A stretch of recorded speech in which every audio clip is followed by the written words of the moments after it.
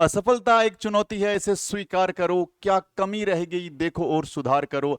जब तक न सफल हो तुम, नींद चैन को त्यागो तुम, संघर्ष का मैदान छोड़ मत भागो तुम। कुछ किए बिना ही जय जयकार नहीं होती, और कोशिश करने वालों की कभी हार नहीं होती। Welcome you all at A future Shri institutes online platform.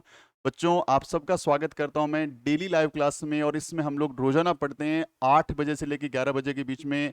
कई सारे फैकल्टीज आपको लगातार पढ़ाती है, बहुत सारे सब्जेक्ट डिस्कस करते हैं। मैं मदन स्वामी आपको मैथ्स का टॉपिक डिस्कस करता हूं। मैं पिछली कुछ क्लासों से PYQ यानी प्रीवियस ईयर के क्वेश्चंस डिस्कस कर रहा हूं, और RMS को लेकर चल रहा हूं। और आज भी हम लोग RMS क्लास 9th में जो क्वेश्चन आए हुए हैं उनको डिस्कस करेंगे, क्योंकि मेरा मानना है कोई भी लक्ष्य हम जब डिसाइड करते हैं तो हमें उसके बारे में पूरी तरह पता होना चाहिए, क्वेश्चन कैसे डिजाइन करता है बोर्ड, और हमें उन क्वेश्चंस को बेस को देख करके ही हमें हमारी तैयारी स्टार्ट करनी है। पिछली क्लासों में हमने क्लास 9 के कुछ क्वेश्चन देखे थे। आज की क्लास का पहला क्वेश्चन डिस्कस करते हैं। और जो बच्चे इस प्लेटफॉर्म पे नए हैं वो वीडियो को लाइक कर दें, शेयर कर दें इस वीडियो को, और चैनल को सब्सक्राइब कर लें, क्योंकि रोजाना हम लोग इसी प्लेटफॉर्म पे रोजाना 8 बजे से लेकर 11 बजे के बीच में कुछ लाइव क्लास के माध्यम से रोजाना मिलते हैं। तो चलिए स्टार्ट करते हैं हम लोग आज की क्लास का। फर्स्ट क्वेश्चन लेते हैं। RMS का पेपर है, 2020 क्लास 9th का पेपर है ये। और कुछ क्वेश्चन हम लोग क्लास में डिस्कस कर चुके हैं, फर्दर कुछ क्वेश्चंस का डिस्कशन हम आज करने वाले हैं। तो आज की क्लास का फर्स्ट क्वेश्चन हम चलते हैं, क्योंकि कुछ क्वेश्चन हमारे पिछली क्लासों में हो चुके हैं। चलिए, आज की क्लास का फर्स्ट क्वेश्चन हमारा ये रहा स्क्रीन पे। The age of A and B are in a ratio 5:7। 4 years from now, the ratio of their ages will be 3:4 in the percentage of B। बहुत ही शानदार सा क्वेश्चन है। दो लोग हैं A एंड B, दोनों का एज का जो परसेंट रेशियो है वो दे रखा है 5:7। 5:7 यानी आज यदि A 5 साल का है तो B कितने साल का है? 7 साल का। जब भी कोई रेशियो में दे रखा हो नंबर और उसका ओरिजिनल नंबर निकालना हो, तो हम किसी ना किसी वेरिएबल से क्या कर देते हैं? उसको मल्टीप्लाई कर देते हैं। तो 5x और 7x क्या आ गया? एक ओरिजिनल एज आ गई। ए का ओरिजिनल एज है 5x और बी का ओरिजिनल एज है 7x। ध्यान रखना, जब भी कोई नंबर रेशो में गिवन हो और उसको सेम वेरिएबल से दोनों तरफ मल्टीप्लाई कर दो, तो अपनी एक्चुअल कंडीशन में आ जाता है। यानी अल्टीमेटली इस क्वेश्चन में मुझे बी का वैल्यू निकालना है, तो बी का वैल्यू होगा 7x। बी का वैल्यू क्या होगा? 7x। यानी इससे आगे कैलकुलेशन ना करूं, एक बार रुक के यहां पे सोचूं कि जो भी आंसर होगा ना वो इस फॉर्मेट में होगा 7 multiply with x. 7 multiply with x यानी वो 7 का मल्टीपल होगा। तो पहले भी देख लो कि आंसर में 7 का मल्टीपल कौन कौन है। देखो, ये नहीं है, ये हटा दो, ये नहीं है, ये हटा दो, यानी ये दो ऑप्शंस हमारे हो सकते हैं। यानी आप लोगों को यदि जल्दी से क्वेश्चन को बनाना हो, टाइम कम हो, तो ये टेक्निक भी आप अप्लाई करिए, क्योंकि जो भी आंसर है वो 7x की फॉर्मेट में है। और यदि एक एज पूछता है, जो भी आंसर होता है वो 5x की फॉर्मेट में होता है, यानी 5 का मल्टीपल कोई ना कोई आंसर जरूर से होता। अब आगे चलते हैं, इस क्वेश्चन का एग्जैक्ट आंसर तक पहुंचते हैं। अब क्या बोल रहे हैं? 4 year फ्रॉम नाउ। तो यहाँ पे क्या लिखेंगे? 4 years फ्रॉम नाउ। इसका मीन्स क्या हो बेटा? ये 5x+4 और 7x+4, यानी 4 साल बाद ए जो है वो 4 ईयर बड़ा हो जाएगा, बी भी 4 ईयर बड़ा हो जाएगा। अब नया रेशियो क्या आ जाएगा? तो इसका न्यू रेशियो जो आ जाएगा बेटा जी, वो आ जाएगा 5x+4 whole divide by 7x+4। और ये रेशियो किसके इक्वल है? 3:4 के। किसके इक्वल है? 3:4 के। ये इसका ओरिजिनल प्रेजेंट रेशियो था। मैंने एक वेरिएबल से मल्टीप्लाई किया, ओरिजिनल एज फाइंड आउट कर ली इनकी, और मैंने चला गया 4 ईयर बाद में, 4 ईयर फ्रॉम नाउ, और बाद का रेशियो गिवन है इसमें 3:4। और अब मुझे करना है क्रॉस मल्टीप्लाई। मुझे मल्टीप्लाई करना है 4 को 5x+3 से, और इधर मल्टीप्लाई करना है 7x+4 को किससे? मल्टीप्लाई करना है मुझे इसको 3 से। 4 5 जा 20x, और ये हो गया 12, ये हो गया 21x, और ये हो गया, यहां भी कितना आ गया? 12 आ गया। यहां पे कितना आ गया? 12 आ गया। अब यहाँ पे मुझे बहुत इंपॉर्टेंट बात ध्यान रखनी है। बहुत ही चीज़ों, सॉरी, ये 4 जा ही ना, 5x+4 है यहाँ पे, सॉरी फॉर दैट। यहाँ पे 4 है, 5x+4, तो ये आंसर आ जाएगा 16। ये आंसर कितना आ जाएगा? 16। यहाँ पे 4 है, 16 आ जाएगा। अब सेम सेम वेरिएबल को एक तरफ रख लेंगे और इसको यहाँ पे लेके आ जाएंगे, तो ये हो जाएगा 16 - 12, और इधर हो जाएगा 20x - 20x। ये हो जाएगा 21x माइनस 20x, और ये हो जाएगा 16 माइनस 12 हो गया 4, और ये बच गया x, यानी x का वैल्यू कितना आ गया 4। x का वैल्यू कितना आ गया 4। अब मुझे यदि a की एज निकालनी हो तो मुझे 5 मल्टीप्लाई विद 4 यानी a की एज आ गई 20, और यदि b की एज निकालनी है तो 7 मल्टीप्लाई विद 4 यानी b की एज कितनी आ गई 28 ईयर्स। यानी आज की डेट में ए कितने साल का है 20 ईयर्स का है, बी कितने साल का है 28 ईयर का है। Right answer is 28। तो मुझे पता लग गया कि राइट आंसर मेरा कौन सा है बी। तो आप इस ढंग से इस क्वेश्चन को बना सकते हो, और यदि आपने इस तरह के क्वेश्चन में प्रैक्टिस कर रखी है तो बहुत जल्दी से कर सकते हो, क्योंकि इतना बड़ा एक्सप्लेनेशन आपको करना नहीं है, ये मैं आपको सिर्फ कॉन्सेप्ट को समझाने के लिए कर रहा हूं। आपको सिंपल सा देखना है, प्रेजेंट रेशियो दे रखा है, प्रेजेंट आपको सीधा सा ये लिखना था, और यहाँ पे लिखना था 5x अपॉन में 7x, 4 ईयर बाद की बात कर रहे हैं, 4 ईयर 3/4। बस यहां से आपको कैलकुलेशन करना स्टार्ट करना था। तो within 30 second to 1 minute आराम से इस तरह के कैलकुलेटिव क्वेश्चन को भी आप बना सकते हैं। तो ये था आज की क्वेश्चन का, हमारा आज की क्लास का पहला सवाल। अगले सवाल की तरफ बढ़ते हैं हम लोग। अगला सवाल क्या बोलते हैं, फैक्टर्स निकालने मुझे, किसके फैक्टर्स मुझे निकालने हैं 6xy माइनस में 4y प्लस में 6 और 9 माइनस में 9x, इसके मुझे फैक्टर्स निकालने। अब इस क्वेश्चन को मुझे बहुत ही ध्यान से समझने की जरूरत है कि हम लोग इसके फैक्टर्स निकालें कैसे, फैक्टर्स कैसे निकालने, ये थोड़ा सा मुझे यहाँ पे देखना पड़ेगा, समझना पड़ेगा, थोड़ा सा सोचना मुझे यहाँ पे पड़ने वाला है। अब देखिए, मैं डायरेक्टली कॉमन भी ले सकता हूं, लेकिन यहाँ पे दोनों में कुछ भी कॉमन मुझे दिख नहीं रहा। फिर भी देखो, डायरेक्टली मैं कुछ ना कुछ कॉमन लेने की कोशिश करता हूँ कि क्या कॉमन आ सकता है। देखिए, यहाँ से क्या कॉमन आ सकता है, यहाँ दोनों से क्या कॉमन आ सकता है, यहाँ दोनों से कॉमन आ जाएगा 2y। तो यहाँ क्या बच जाएगा, यहाँ बच जाएगा 3x, और यहाँ बच जाएगा माइनस का 2। यहाँ बच जाएगा 3x और यहाँ बच जाएगा माइनस का 2। इन दोनों में प्लस वन नहीं, कॉमन कुछ ना कुछ देखिए, दोनों में 3 का डिविजिबल है, प्लस का 3 मैंने कॉमन ले लिया।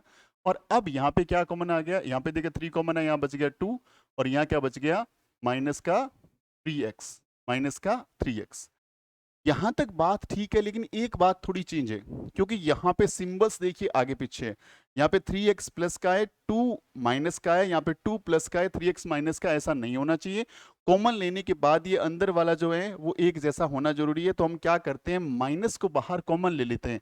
तो क्या बन जाएगा, ये 2y, यहाँ बच जाएगा 3x माइनस में 2, और यहाँ माइनस का 3 जैसे कॉमन लेंगे तो यह आ जाएगा 3x माइनस में 2, 3x माइनस में 2। तो एक फैक्टर मेरा बन गया 3x माइनस में 2, और दूसरा फैक्टर बन गया 2y माइनस में 3। ये चेक करना है कि मुझे कहाँ पे मैच कर रहा है, ये चेक करना है कि कहाँ पे ये मैच कर रहा है। तो ये देखिए यहाँ पे मैच कर रहा है, यहाँ पे एक सिंबल गायब है, 3x माइनस 2 और 2y माइनस में 3। तो ये मेरा आंसर हो जाएगा बी वाला। इसी ढंग से करना होता है, किसी भी फॉर्मेट में आप कर सकते हैं इसको। सिंबल्स का विशेष ध्यान रखिए, सिंबल बहुत ज्यादा जरूरी है, ठीक है। चलिए अगले क्वेश्चन की तरफ बढ़ते हैं हम लोग। अगला क्वेश्चन देखते हैं हम लोग क्या है। A student multiplied a number by 3/5 instead of 5/3. What is the percentage error in the calculation? एक स्टूडेंट है, उसको बोला गया कि पर्टिकुलर नंबर है, इसको मल्टीप्लाई करना है 3/5 से। बट उस बच्चे ने क्या किया, उस नंबर को मल्टीप्लाई कर दिया 5/3 से। किससे मल्टीप्लाई कर दिया, 5/3 से। क्या बोला गया, student multiplied A number 3/5 instead of, sorry, इसको बोला गया था आपको मल्टीप्लाई करना इससे, और उसने मल्टीप्लाई कर दिया इससे। यानी ये पर्टिकुलर कोई नंबर था, टीचर ने बोला बेटा एक काम करो, इसको 5/3 से मल्टीप्लाई करो। बट उस बच्चे ने क्या किया, इसका रेसिप्रोकल कर दिया बाय मिस्टेक, और इसको मल्टीप्लाई कर दिया 3/5 से। तो आपसे पूछ रहा है क्या बच्चे ने गलती की, तो यस बच्चे ने गलती की। कितना एरर किया, वो एरर परसेंटेज मुझे निकालना है। तो इस तरह के क्वेश्चन को अपन एक्स लेके भी कर सकते हैं, बट एक्स लेने से कैलकुलेशन थोड़ी सी बड़ी हो सकती है। तो बजाय इसके, आप जब इस तरह का कोई भी क्वेश्चन आता है तो आप देखिए इसके डिनोमिनेटर्स में क्या है, यहाँ 5 है, यहाँ पे 3 है। तो डिनोमिनेटर में जो भी नंबर है उन दोनों का एलसीएम ले लो। तो 3 और 5 का एलसीएम कितना आ रहा है, 15 आ रहा है। तो मुझे क्या करना है, 15 नंबर को सपोज कर लेना है, 15 को सपोज कर लेना है। मैंने 15 को सपोज कर लिया, किसको सपोज कर लिया, 15। मैंने बोला कि वो नंबर सपोज दैट 15 था।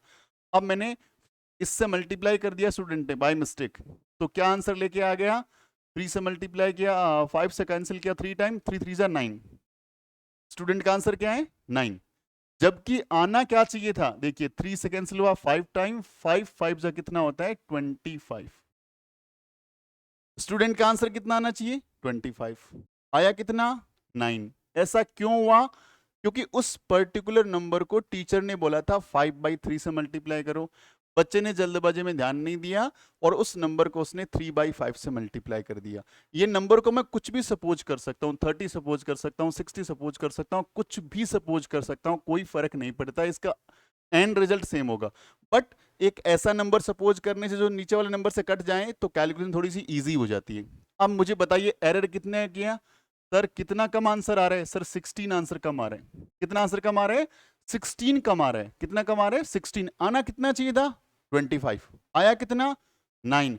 ऐसा क्यों हुआ? क्योंकि उस बच्चे ने कैलकुलेशन में एरर किया। अब एरर परसेंटेज कैसे निकालें? तो कितना एरर किया? 16 एरर किया। किस पे एरर किया? कितने पे? कितना आना चाहिए था सर? 25 आना चाहिए था।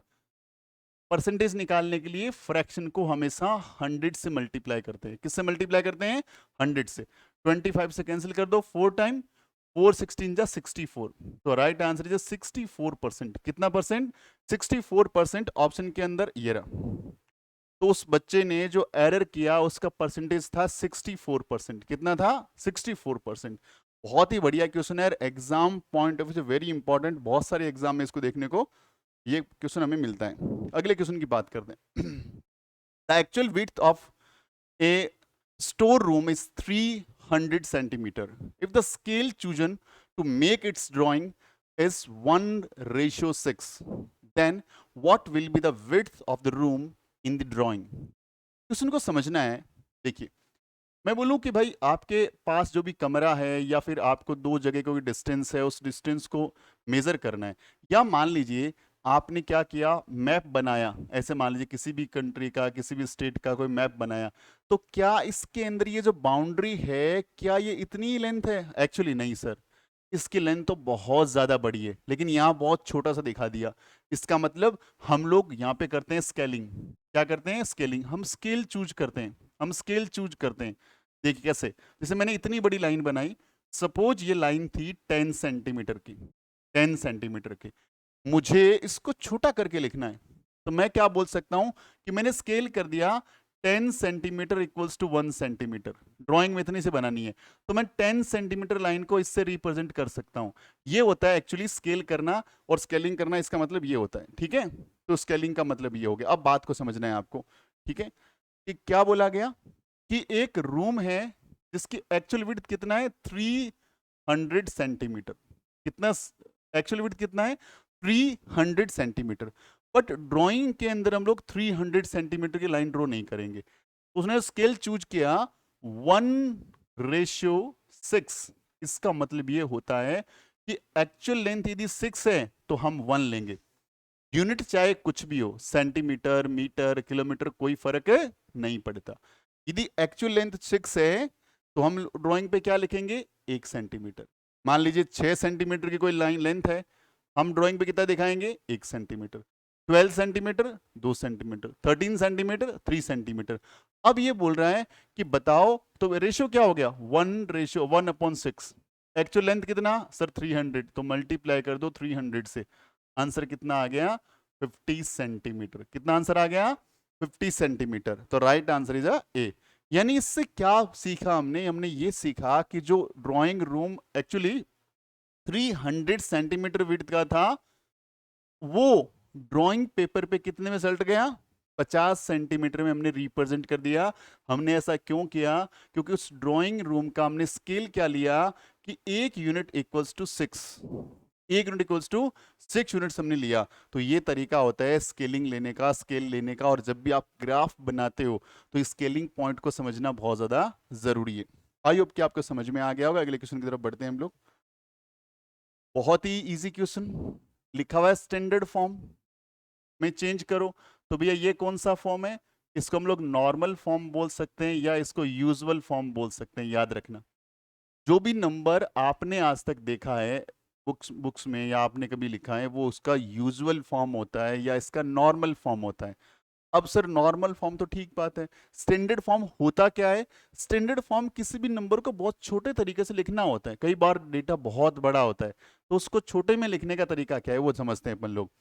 कि स्टैंडर्ड फॉर्मेट में जैसे इतना बड़ा नंबर है, तो यहाँ पे यदि देखिए दो तरह के नंबर होते हैं। एक होता है विद डेसिमल पॉइंट, विद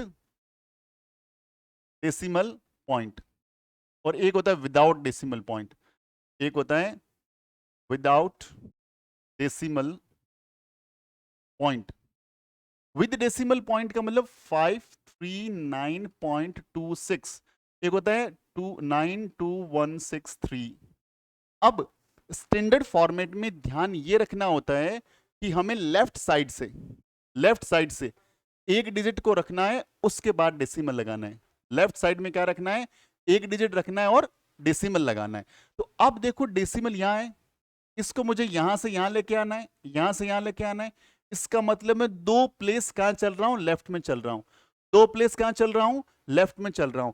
और यदि मैं लेफ्ट में चलूंगा तो 10 का पावर होगा, वो होगा पॉजिटिव। क्या होगा, पॉजिटिव। और यदि मैं राइट में चलूंगा तो 10 का पावर कैसा होगा, नेगेटिव होगा। कैसा होगा, नेगेटिव होगा। तो अब मुझे देखिए, इसका दो प्लेस यहां चला तो इसका पावर हो जाएगा 10 की पावर 2। आप बोलेंगे सर इसमें तो डेसिमल आई नहीं, बताइए इसका स्टैंडर्ड फॉर्म क्या होगा, इसका स्टैंडर्ड फॉर्म क्या होगा, कैसे देखते हैं। तो देखो, जिसमें डेसिमल नहीं है उन सारे नंबरों में डेसिमल तो होता है, लेकिन कहां होता है, एकदम राइट साइड में। कहां होता है, एकदम राइट साइड में, यानी इसमें डेसिमल पॉइंट है यहाँ पे। अब इसको मुझे कहां लेके आना है, लेफ्ट साइड में चलना है। कितना प्लेस, 1 2 3 4, 4 प्लेस चलना है। तो 9.2163 10 की पावर हो गई 4। तो ये इसका क्या हो गया, स्टैंडर्ड फॉर्मेट हो गया। क्या हो गया, स्टैंडर्ड फॉर्मेट होगा। कई बार ऐसा होता है कि 0.000036, इसका स्टैंडर्ड फॉर्मेट लिखो। तो सर पॉइंट के लेफ्ट साइड में एक डिजिट है ना, नहीं, जीरो को छोड़ करके कोई डिजिट होना चाहिए। तो फिर डेसिमल पॉइंट को कहां ले जाना पड़ेगा, अब राइट में ले जाना पड़ेगा। कितना प्लेस, सर 1 2 3 4 5 6, यानी डेसिमल पॉइंट यहां लेना पड़ेगा। तो आंसर आ गया 3.6। और अब आ जाएगा 10 की पावर -6, क्योंकि मैं कहां चल रहा हूं, सर मैं राइट में चल रहा हूं। यदि डेसिमल को राइट में चलाएंगे तो 10 की पावर माइनस में आएगी, डेसिमल को लेफ्ट में चलाएंगे तो 10 की पावर किस में आएगी, प्लस में आएगी। इस बात को मुझे ध्यान से समझना है। अब इस क्वेश्चन के लिए क्या है, सर इस क्वेश्चन के लिए है कि यहां पे देखिए कितने जीरो है, 1 2 3 4 5 6 7 8। तो मुझे 7.82 मल्टीप्लाई विद 10 की पावर 8, ये इसका आंसर होगा। क्या होगा, ये इसका आंसर होगा। तो 7.28 मल्टीप्लाई विद 10 की पावर 8, ये क्या होगा, इसका आंसर होने वाला है। ये इसका आंसर होने वाला है। क्लियर है। अगले क्वेश्चन की तरफ बढ़ते हैं हम लोग। नेक्स्ट क्वेश्चन क्या है, which number is to be divided to make is a perfect cube. ये बोल रहा है कि इस नंबर को मैं किससे डिवाइड करूं कि ये परफेक्ट क्यूब बन जाए। क्या बन जाए, परफेक्ट क्यूब बन जाए। तो क्या करना है, 5 3 2 4 0, अपन इसके फैक्टर निकाल लेते हैं। अपन इसके फैक्टर निकाल लेते हैं। सबसे पहले देखिए 2 से डिविजिबल है, 2 से डिविजिबल 2 टाइम 1 सॉरी 1 बच गया, 6 6 2 0, ये इसका आंसर आ गया। अगेन 2 से डिविजिबल है, कितना आ गया, 1 3 3 1 0। अगेन देखिए, अब आपको पता लग गया 1 3 3 1 1 3 3 1। यदि आप यहीं पे रुक जाते हैं तो ये हो जाएगा 2 multiply with 2 multiply with 1 3 3 1 multiply with 10। यदि आपको थोड़ा जल्दी करना है क्वेश्चन को, तो आपको पता है कि 10 को तुम क्या लिख सकते हो, 2 multiply with 2 multiply with 1 3 3 1 multiply with 2 multiply with 5। आप देखते हैं कि 1 3 3 1 क्या है, 11 का क्यूब है। तो ये तो अपने आप में पहले से क्यूब नंबर है। और एक नंबर, दो नंबर और तीन नंबर, तीन सेम डिजिट का पेयर बन गया, तो ये भी क्यूब में कन्वर्ट हो गया, ये भी क्यूब में कन्वर्ट हो गया। यानी यदि यहाँ पे 5 नहीं होता तो ये पूरा एक क्यूब नंबर होता। पूरा क्या होता है, क्यूब नंबर होता। 5 एक्स्ट्रा है ना, तो यही तो बोल रहा है कि which number is to be divided, किस नंबर से डिवाइड किया जाए to make it a perfect cube. तो भैया 5 को हटा दो यहां से। तो इसका मतलब क्या होगा कि इस नंबर को मुझे 5 से डिवाइड करना है, और 5 से डिवाइड करते ही 5 यहां से हट जाएगा और ये बन जाएगा परफेक्ट क्यूब। अब आपसे पूछा जाए कि बताइए इस नंबर को किससे मल्टीप्लाई करें कि ये परफेक्ट क्यूब बन जाए। तो मल्टीप्लाई के लिए क्या है, एक 5 तुम्हारे पास पहले से अवेलेबल है, 2 5 और लेके आने पड़ेंगे, तो आंसर तुम्हारा आ जाता 25। क्या आंसर आता? 25। तो 25 वो आंसर होता जिससे हम बोल सकते हैं कि 25 से यदि इस नंबर को मल्टीप्लाई करता तो क्या बन जाता? एक परफेक्ट क्यूब बन जाता। तो क्यूब बनाने का ये तरीका है, इस ढंग से हम परफेक्ट क्यूब बना सकते हैं। चलिए अगले क्वेश्चन की बात करते हैं। अगला क्वेश्चन क्या है? इन ए 2 digit number, x is a unit place and y is in tens place, then revised number is। Question को ध्यान से समझना है। एक 2 digit का नंबर है, तो सबसे छोटा 2 digit नंबर होता है 10, सबसे बड़ा 2 digit नंबर होता है 99। लेकिन इस क्वेश्चन में हमें नहीं पता वो कौन सा 2 digit नंबर है। तो हमें सपोज करना होता है कि 2 digit का नंबर मतलब एक डिजिट यहाँ पे, एक डिजिट यहाँ पे, और हमेशा हम लोग राइट साइड से काउंट करते हैं, ये होता है वंस, ये होता है टेंस। यानी एक नंबर वंस प्लेस पे, दूसरा नंबर टेंस प्लेस पे। अब ये बोल रहा है कि इन ए 2 digit number x is unit place, यानी वंस प्लेस का दूसरा नाम क्या है? यूनिट प्लेस नाम है। क्या नाम है? Unit place. तो x इसके यूनिट प्लेस पे, यानी यहां आ गया x, और y is a tens place, यहां आ गया y। तो एक्चुअली नंबर क्या बन गया सर? yx नंबर बन गया, yx नंबर बन गया। तो सर इसका रिवाइज्ड क्या होगा? सर रिवाइज्ड का मतलब जहां पे x लिखा हुआ है वहां पे y को लिख दो, और जहां पे y लिखा हुआ वहां पे x लिख दो। तो क्या बन जाएगा? नंबर xy बन जाएगा। क्या नंबर बन जाएगा? xy बन जाएगा। क्लियर एकदम? नंबर क्या बन जाएगा? xy बन जाएगा। अब बात को समझना है मुझे कि हमें इसका एक्सपेंडेड फॉर्म लिखना है। तो एक्सपेंडेड फॉर्म क्या होता है वो देखिए। एक्सपेंडेड फॉर्म क्या होता है वो देखिए। जैसे मैंने लिखा 27, तो इसका एक्सपेंडेड फॉर्म क्या हो? ये वंस पे तो 1 से मल्टीप्लाई, ये टेंस पे तो ये 10 से मल्टीप्लाई, ये हो गया 20 + 7। ऐसे लिख सकता हूं मैं। अब लास्ट क्वेश्चन आज की क्लास का बहुत ध्यान से समझिए कि देखिए यहां पे जब रिवाइज्ड कर दिया तो y आ गया वंस प्लेस पे, x आ गया टेंस प्लेस पे, तो मैं बोलूंगा y + 10x। क्या बोलूंगा? y वंस प्लेस पे, x टेंस प्लेस, तो y + 10x। तो this is the right answer. Expanded form का क्वेश्चन है, बहुत ही अच्छा क्वेश्चन है, बहुत ही इजी क्वेश्चन है, एकदम आराम से बना सकते हैं। सो गाइस अगली क्लास में मिलेंगे, आज के लिए इतना काफी है। कल मिलेंगे, तब तक अपना ख्याल रखें, और साथ में इस सेशन को यदि अच्छा लगता है तो लाइक कर दें, अपने दोस्तों के साथ शेयर कर दें, ताकि हम लोग और बेहतरीन अच्छे वीडियोज आपके लिए लेके आते रहें, लाइव सेशन लेके आते रहे, और हमारा मोटिवेशन, हमारा इंस्पिरेशन लगातार बढ़ता रहे। तो thanks for watching, have a great day, wishing you very all the best, and जय हिंद।